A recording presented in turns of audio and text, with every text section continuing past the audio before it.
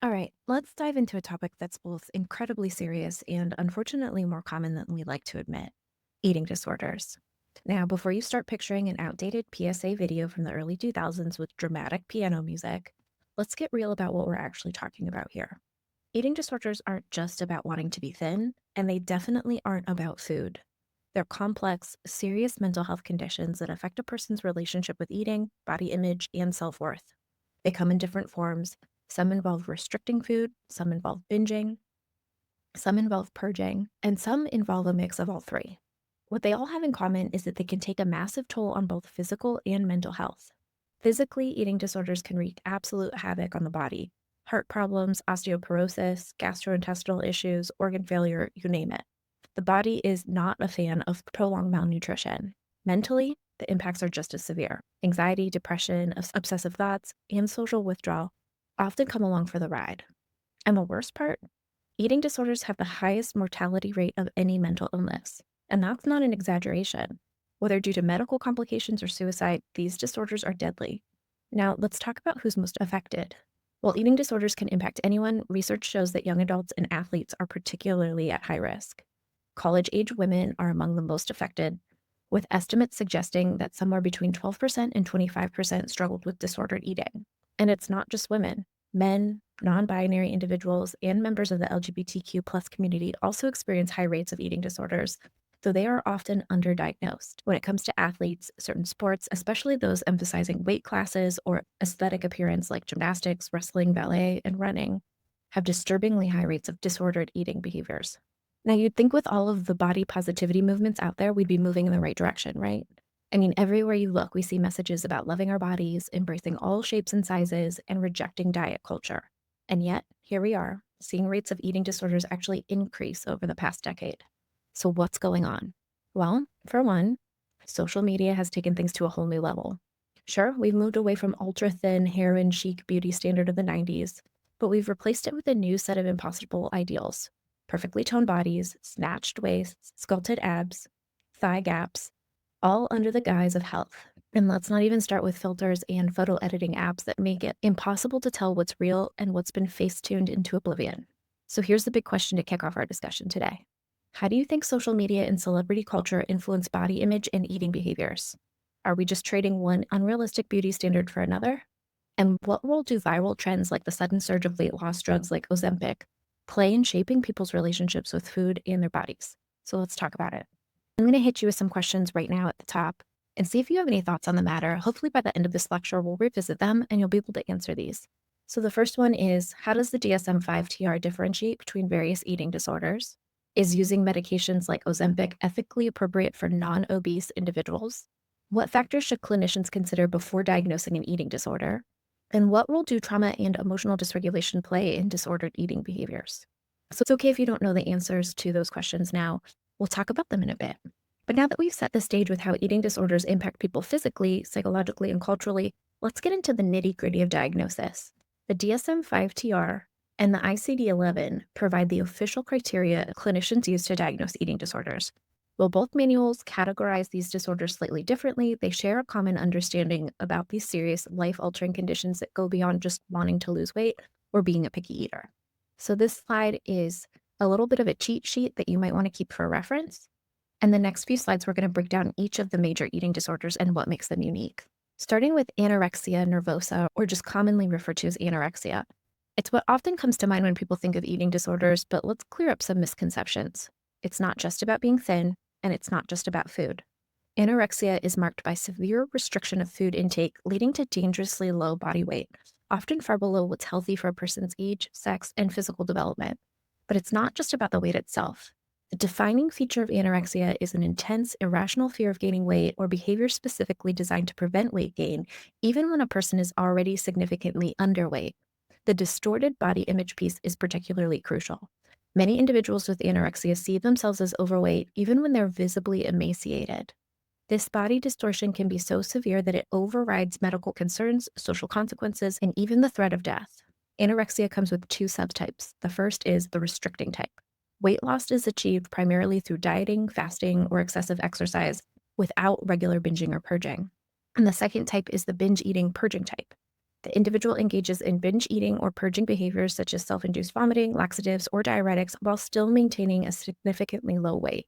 Physically, anorexia is no joke. Heart failure, bone density loss, hormonal disruptions, and multi-organ failure are all very real risks. The mortality rate for anorexia is among the highest of all mental disorders, which makes early intervention crucial.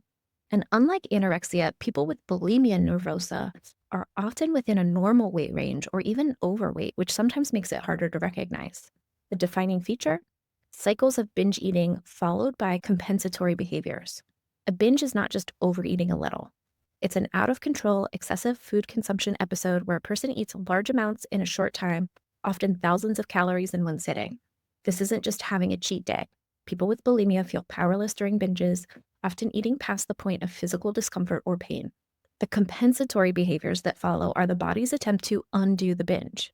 These can include self-induced vomiting, which is probably the most well-known, misuse of laxatives or diuretics, fasting for extended periods after a binge, and excessive exercise to an unhealthy degree. And here's a tricky part. Self-worth in bulimia is heavily tied to body shape and weight. The entire binge purge cycle is driven by this intense dissatisfaction, which fuels anxiety, guilt, and shame. Many people with bulimia describe feeling completely out of control during a binge and desperate to regain control afterwards, which only leads to another binge, trapping them in a vicious cycle. The consequences? Besides the psychological toll, bulimia can cause electrolyte imbalances, esophageal tears, severe tooth erosion from stomach acid, and even cardiac arrest. And again, it's not just about food. And then we have binge eating disorder, which shares some similarities with bulimia, mainly the binge episodes. But the one key difference is that there's no compensatory behavior. In other words, people with binge eating disorder experience the same sense of loss of control while eating, but they don't try to undo the binge with purging, fasting, or excessive exercise. People with binge eating disorder often eat rapidly, eat until they're uncomfortably full, eat alone due to embarrassment, and experience intense guilt and distress about their eating habits. Unlike bulimia, where weight can fluctuate, binge eating disorder is often associated with a higher body weight, though not always. The emotional distress in binge eating disorder is profound. Many individuals feel ashamed, disgusted, or depressed after a binge, which paradoxically often leads to more binge eating as a coping mechanism. And it's not about a lack of willpower. There are complex neurobiological and psychological mechanisms at play, including the brain's reward system responding to food, the same way it does to substance use disorders. Physically, binge eating disorder increases the risk of obesity conditions like diabetes, heart disease, and hypertension. But just like with the other disorders, the psychological impact is just as critical as the physical one. And on this slide, we have two. So on the left is avoidant restricted food intake disorder, or often called ARFID. And this one is often confused with anorexia, but it's actually very different. ARFID isn't about body image or fear of weight gain. It's about avoidance of food due to sensory sensitivities, trauma, or fear of negative consequences from eating. So people with ARFID might be highly sensitive to textures, smells, or tastes of food. Like you might think of only eating safe foods like plain pasta or crackers. They might avoid food after a traumatic event like choking, vomiting, or a severe allergic reaction. And they lack interest in eating altogether, leading to nutritional deficiencies, weight loss, or failure to thrive, especially in children. And unlike picky eating, ARFID causes significant medical and social impairment. Imagine being unable to go out to eat with friends or constantly struggling to meet basic nutritional needs. And on the right-hand side, we have OSFED, or other specified feeding or eating disorders, which is basically that catch-all category for eating disorders that don't neatly fit into any of the other diagnoses, but still cause significant distress and impairment. This includes atypical anorexia, so all the symptoms of anorexia, but the person is still within a normal weight range. Purging disorder, so engaging in purging behaviors like vomiting, laxatives without the binge eating. And night eating syndrome, waking up to eat large amounts of food, often due to distress or sleep-related eating patterns. And just because these disorders don't fit the exact DSM criteria doesn't mean that they're any less serious. In fact, OSFED is one of the most common diagnoses in eating disorder treatment centers. And as you can see, eating disorders go far beyond just dieting gone too far. These are complex mental health conditions with severe physical and psychological consequences. They require compassionate, specialized treatment, and most importantly, a shift in how we talk about food, weight, and self-worth. So eating disorders don't exist in a vacuum. They are deeply intertwined with cultural ideals, medical advancements, and the way society talks about bodies and food. In today's world, where weight loss trends can go viral overnight and celebrity bodies are scrutinized under a microscope, it's critical to look at how modern medicine and pop culture influence disordered eating behaviors. So let's explore two major issues making waves today: the rise of GLP-1 weight loss medications and the ongoing discussion about celebrity weight changes like Ariana Grande's recent transformation. So, starting with the role of GLP-1 medication, so that's like Ozempic, Wegovy. In the past, extreme weight loss methods were often dangerous crash diets, amphetamines, or even cigarettes. Yes, people were told to smoke to suppress appetite. But today's weight loss revolution is pharmaceutical. GLP-1 receptor agonists like Ozempic, Wegovy, and Mounjaro were originally developed to treat type 2 diabetes by helping regulate blood sugar. However, a side effect quickly became a selling point. They drastically reduce appetite and promote rapid weight loss. Now they've become one of the most in-demand weight loss drugs on the market, with celebrities, influencers, and even everyday people racing to get prescriptions, whether or not they meet the medical criteria for them. At first glance, they might seem like a scientific breakthrough, finally, a medication that makes weight loss easy. But here's the ethical dilemma: where do we draw the line between medical necessity and disordered eating? Appetite suppression and restrictive eating patterns. So these medications biologically mimic the restrictive eating behaviors as seen in anorexia and ARFID by reducing hunger cues. People using them report forgetting to eat or feeling full just after a few bites, which might sound like a dream for some, but could be a serious red flag for those vulnerable to eating disorders. Weight loss in non-obese individuals. So many people using GLP-1 drugs do not even meet medical criteria for obesity or diabetes. Is somebody with a normal BMI or even someone already underweight using a medication that suppresses their appetite and leads to weight loss? Is this a medically supported intervention or a symptom of an eating disorder? And with TikTok, Instagram, and even mainstream news buzzing about the Ozempic effect, these medications are being framed as miracle weight loss solutions rather than a regulated medical treatment. This creates a slippery slope where weight loss is glorified without consideration of the psychological or physical risks. And another concern: what happens when someone stops taking GLP-1s? Studies show that most people regain the weight they lost, which could create a binge restrict cycle similar to bulimia, just one that's medically induced. These are all things we as mental health professionals need to consider before prescribing, recommending, or even casually discussing these medications in a culture obsessed with thinness.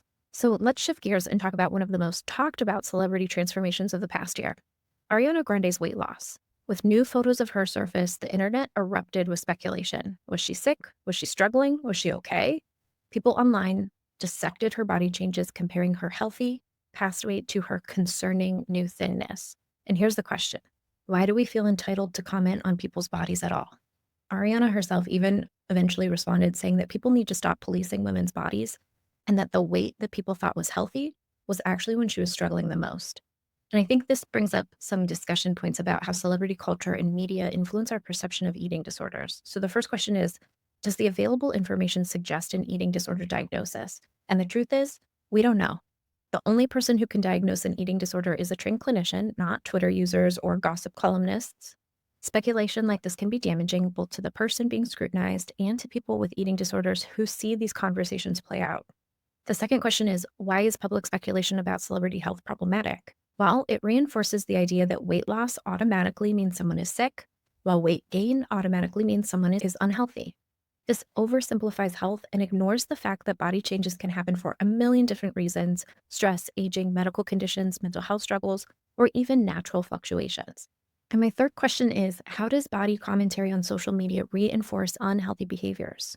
So when people praised Ariana in the past for being so fit and tiny, it sent a message that her smaller body was better. Now she's thinner than before and the concern has shifted, but the core issues remain. Her body is still publicly judged. When celebrities are rewarded for weight loss and shamed for weight gain, it creates a toxic cycle where people feel pressured to shrink themselves to gain validation. And we've seen this before: Demi Lovato, Taylor Swift, Adele, even Chadwick Boseman, who was secretly battling cancer, all faced intense scrutiny over their weight. The lesson: bodies change. Health is not a one-size-fits-all, and we need to stop assuming that we know what's going on just by looking at someone. So what do we do with all this information? How do we navigate a world where weight loss is celebrated, thinness is idealized, and eating disorders are often dismissed until it's too late? So here's some questions to think about as we wrap up this section. Are GLP-1 medications a medical breakthrough, or are they unintentionally promoting disordered eating behaviors? How can we talk about body image and health without reinforcing harmful beauty standards? And what responsibility do healthcare providers have in shaping the public perceptions of weight and health? By the end of the day, we can't control pop culture or medical advancements, but we can control the way that we talk about bodies, eating, and health in our own circles. And that's where real change starts. Eating disorders don't just appear out of nowhere. They're shaped by a combination of psychological, environmental, and biological factors. Or remember that biopsychosocial that we were talking about in the substance use lecture. It's the same stuff here that makes some individuals more vulnerable than others. While diet culture, social media, and beauty standards definitely play a role, they're not the whole story. People don't just choose to develop an eating disorder. There are often deeper, more complex psychological factors at play. So let's break down the key risk factors that increase the likelihood of developing an eating disorder and the common mental health conditions that frequently co-occur with them. So who's the most vulnerable? If there was a recipe for increasing eating disorder risk, the key ingredients would include low self-esteem, perfectionism, social anxiety, and trauma. So let's unpack why these factors make someone more susceptible, starting with low self-esteem or the fuel for disordered eating. Imagine going through life feeling like you're never good enough, not smart enough, not attractive enough, not successful enough. Low self-esteem is a powerful driving force behind these eating disorders as many individuals try to fix themselves by controlling their weight or body shape. It's a dangerous equation. Self-worth becomes tied to size, and food becomes the enemy. Many people with eating disorders believe that losing weight will make them feel better about themselves, but the reality is that it rarely does. Even when a person reaches their goal weight, the goalpost moves farther and the dissatisfaction remains. It's a trap, one that convinces people that they'll only be happy if they keep shrinking. And then perfectionism, when good enough is never enough. If you ask a group of people with eating disorders about their personality traits, you'll likely hear a common theme: perfectionism. This isn't about wanting to do well, it's an unrelenting drive for flawlessness. Many people with eating disorders set impossible standards for themselves, and when they inevitably fall short, they turn to extreme behaviors to regain control. Perfectionism fuels thoughts like, if I can't eat perfectly, I might as well eat nothing. If I don't exercise every single day, I failed. If I gain even 1 pound, I'm a failure. This black and white thinking, also known as cognitive rigidity, makes it hard for somebody to see moderation as an option. You're either good or bad, in control or out of control. Unfortunately, eating disorders thrive in this kind of all or nothing mindset. And the third risk factor is social anxiety and the fear of judgment. For some people, eating disorders is a way to control their appearance in a world that feels judgmental and unsafe. Social anxiety, the intense fear of being judged or embarrassed in front of others, is highly correlated with eating disorders. Some individuals restrict food intake to appear thinner, believing that they'll be more accepted. Others binge in secret, using food as a way to cope with stress or social discomfort. Many avoid eating in public because they fear people will criticize their food choices or body. And this is why eating disorders are not just about food. They're about fear, shame, and control over how one is perceived. And the fourth risk factor is history of trauma and ACE scores. One of the strongest predictors of an eating disorder is a history of childhood trauma. The Adverse Childhood Experiences, or ACE study, found that the more traumatic experiences a person has in childhood, the higher their risk for developing a mental health condition, including eating disorders. Trauma changes the way the brain perceives safety, trust, and control, which can lead to disordered eating behaviors as a way to cope. For some, restriction feels like control. If the world is unpredictable and chaotic, controlling food intake can feel like one of the only things that they have power over. For others, binge eating is a way to self-soothe. When food is the only comfort available, it becomes a temporary escape from emotional pain. For many, purging is a way to release emotional distress. The act of purging can create a short-lived sense of relief, reinforcing the behavior over time. Understanding trauma's role in eating disorders is critical. Treatment isn't just about addressing eating disorders, but it's about helping individuals process and heal from the deeper wounds that drive those behaviors. And eating disorders rarely exist on their own. They often co-occur with other mental health conditions, which can make diagnosis and treatment more complex. So here's some of the most common comorbid disorders. We've got depression. It's no surprise that eating disorders and depression go hand in hand. Restricting food, binge eating, or purging can all be ways of coping with deep emotional pain. But they don't actually fix the underlying sadness. If anything, they make it worse. Starvation and malnutrition decrease serotonin levels, worsening depressive symptoms, because we know that serotonin starts in the gut. The more we eat leafy greens, nuts, seeds, berries, all those things that we know that we should be eating, fatty fish, omega-3s, it all helps to build serotonin. The less we eat overall, the less serotonin available. And the cycle of binging and purging creates guilt, shame, reinforcing negative self-perceptions. People with depression and eating disorders often feel trapped, hopeless, and exhausted by their own thoughts. This is why treating both conditions simultaneously is crucial. You can't just treat the eating disorder without addressing the depression fueling it. The second common comorbidity is OCD. So think about when food becomes the obsession. There's a strong link between eating disorders and obsessive compulsive disorder. In fact, many eating disorder behaviors like calorie counting, food rituals, and excessive exercise closely resemble OCD compulsions.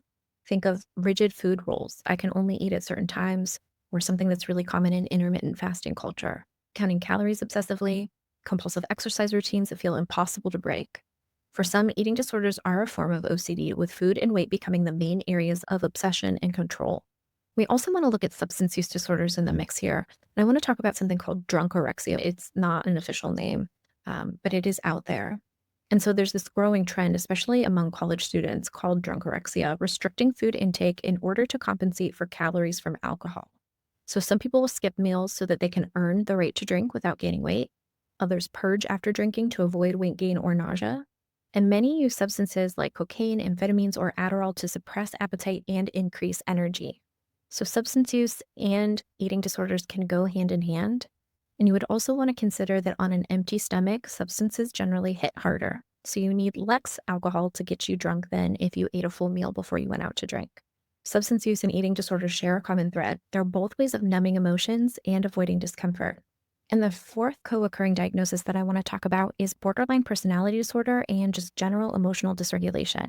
So for individuals with borderline personality disorder, emotions can feel overwhelming and impossible to regulate. Many turn to self-destructive behaviors like binge eating, purging, or starvation as a way to regain control. Borderline is marked by intense emotions, fear of abandonment, and impulsivity, all of which can fuel eating disorder behaviors. Some people use binging as a way to self-soothe, while others use restriction or purging as a form of self-punishment. The cycle of emotional highs and lows makes recovery especially challenging. So when it comes to treating eating disorders, there's no magic pill or one-size-fits-all approach. These are complex mental health conditions that require a multifaceted, individualized treatment plan. The good news? We have evidence-based treatments that have been shown to work, though recovery is rarely linear. It often requires long-term support. So let's take a look at the gold standard treatment approaches and the importance of a multidisciplinary team and the ethical considerations that we need to keep in mind when working with individuals struggling with disordered eating. While eating disorders present differently in each person, research has identified specific therapeutic approaches that are the most effective depending on the disorder and the individual's age. Starting with cognitive behavioral therapy, and this is considered the gold standard for bulimia and binge eating disorder. If there's ever one therapy that has the most research support for treating bulimia and binge eating, it's cognitive behavioral. And it works by identifying and challenging the thoughts, beliefs, and behaviors that drive the disordered eating. So here's how. Cognitive restructuring helps individuals recognize and change distorted thoughts about food, weight, and self-worth. Behavioral interventions, like introducing structured eating patterns to prevent binging, purging, or excessive restriction. And coping strategies, teaching alternative ways to manage emotions without using food as a coping mechanism. For bulimia, CBT has been shown to significantly reduce the frequency of the binge purge episodes. For binge eating disorder, it helps individuals break free from shame driven by binge eating and develop a healthier relationship with food. And the key here, long-term relapse prevention. It helps people maintain recovery even after therapy ends. The second form of evidence-based treatment is family-based therapy. And for adolescents with anorexia, one of the most effective treatments is family-based therapy. Unlike traditional therapy, where the individual is primarily responsible for their recovery, family-based therapy places parents or caregivers in charge of refeeding and weight restoration. So phase 1, parents take full control over meals to ensure that their child eats enough. Phase 2, the adolescent gradually regains independence in eating as weight stabilizes. And phase 3, the focus shifts to addressing body image concerns and long-term emotional health. So why does this work? Because malnutrition affects the brain, making it difficult for somebody with anorexia to recognize their condition or to make rational decisions about eating. Family-based therapy provides external structure and accountability while ensuring medical stability.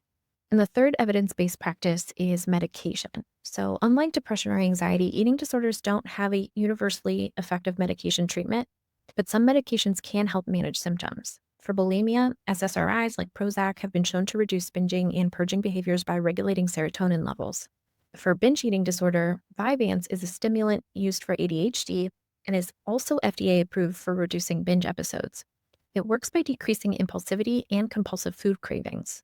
For anorexia, no FDA-approved medications exist, though some doctors use low-dose antipsychotics like Zyprexa to help with weight gain and obsessive thoughts. So just note, medication alone is not a cure for eating disorders. It works best as part of a larger treatment plan that includes therapy and medical monitoring. And then looking at the multidisciplinary approach, eating disorders don't just impact mental health, they have serious medical consequences that require a full team of professionals working together. And this is where a multidisciplinary approach is crucial. We need to see collaboration between therapists, medical doctors, and dietitians. Therapists work on the emotional, cognitive, and behavioral aspects of recovery. Medical doctors monitor for organ damage, malnutrition, and medical complications. And dietitians help individuals rebuild a healthy relationship with food without rigid meal plans or fear-based eating patterns. This team approach ensures that no aspect of recovery is overlooked, because treating the mind without treating the body is incomplete, and vice versa. And for individuals with severe anorexia, bulimia, or binge eating disorders, medical complications can be life-threatening.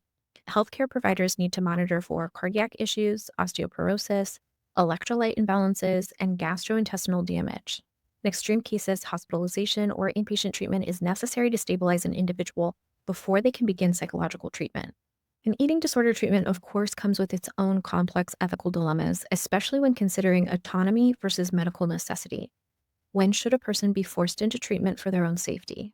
How do we balance their right to choose with the need to prevent life-threatening consequences?